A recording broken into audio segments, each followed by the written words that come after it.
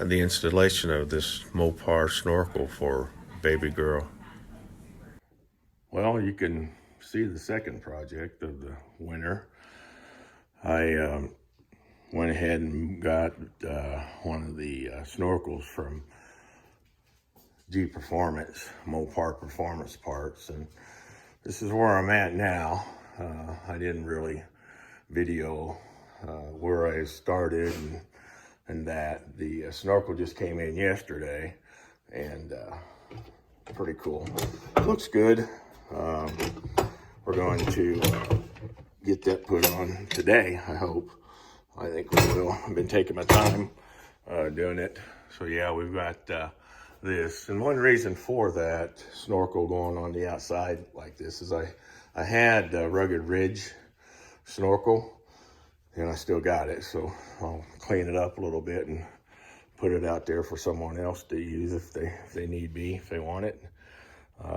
Nothing wrong with it at all. The thing that determined that was early on, I went to Rugged Ridge and put that snorkel on because I liked the way it covered the Jeep, you know, where it was inside under the hood, came up, and it worked well. It really did. But as you can see, I went to the Genesis dual battery system, and I've got quite a bit of stuff hooked up there that runs all of my electrical in the back for my fridge and lights and things like that. So, you know, I put a video together before about the electrical system that I did, and that's kind of way that came about.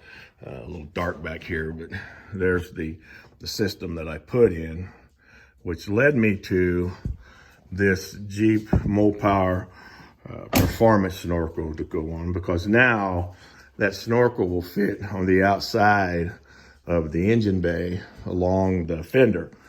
So that frees up this area, this whole area right here, in case I've got to work on something, or if I've got to replace the batteries or something, I want to do some rewiring or what have you. That will help me get into that area. As you can see, it'll come up, and I'll do another short video on once I get it installed. I'm not going to do the video on me cutting the hood. As you can see, I've got the hood off right now. It's laying over here on my work table. So I've got to come in and take the little saw, the Dremel tool.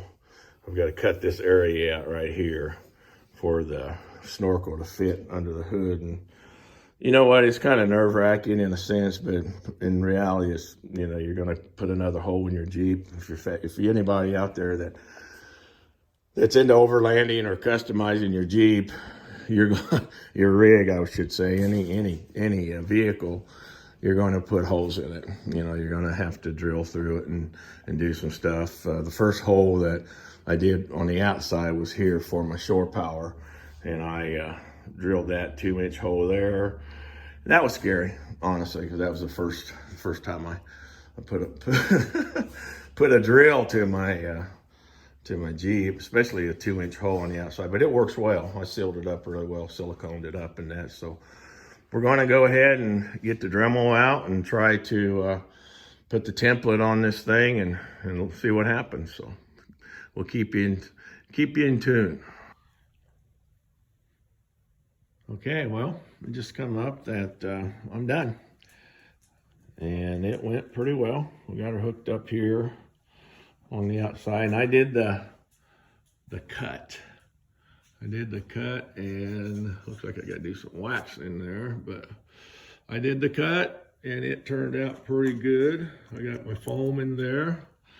Come up with the snorkel, got it all the way up and fastened secured to the side, the window ledge here, window panel.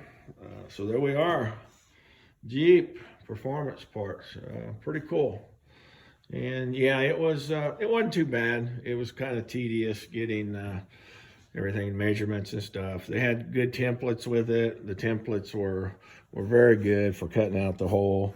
I used a Dremel tool to cut it out. It was pretty easy. I mean, it wasn't too awful bad.